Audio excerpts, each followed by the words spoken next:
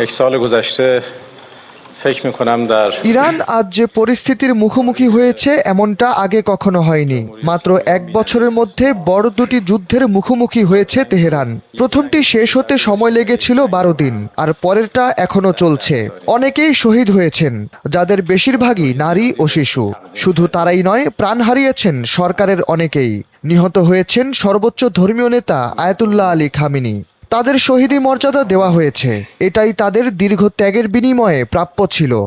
ইরানের জন্য বছরটি ছিল বেশ চ্যালেঞ্জিং। এই বছরে আমরা আমাদের কাঙ্ক্ষিত গৌরব অর্জন করতে পেরেছি। গত বছর 12 দিনের যুদ্ধে শত্রুপক্ষ আমাদের কাছে নিঃশর্ত আত্মসমর্পণ দাবি করেছিল।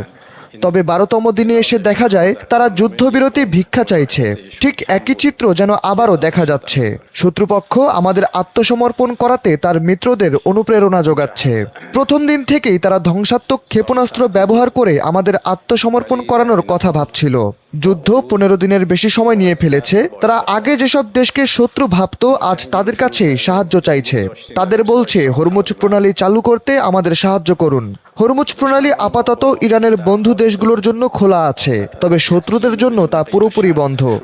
আমরা ইরানের বর্তমান অবস্থার জন্য গর্ববোধ করি। আমরা আমাদের জন্মভূমি সবসময় আমাদের সবটুকু দিয়ে রক্ষার অঙ্গীকার করেছি। এটা আমরা সব সময় করে থাকি। সবশেষ দেওয়া সাক্ষাৎকারে দেখেছেন আমরা যুক্তরাষ্ট্রের কাছে যুদ্ধবিরতি চাইনি। আমরা তাদের সাথে যোগাযোগই করিনি।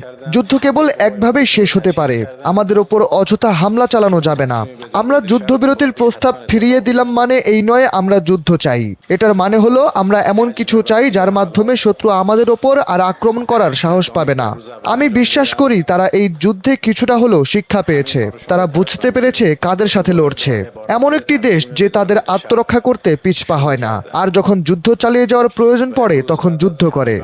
15 روز که از جنگ گذشته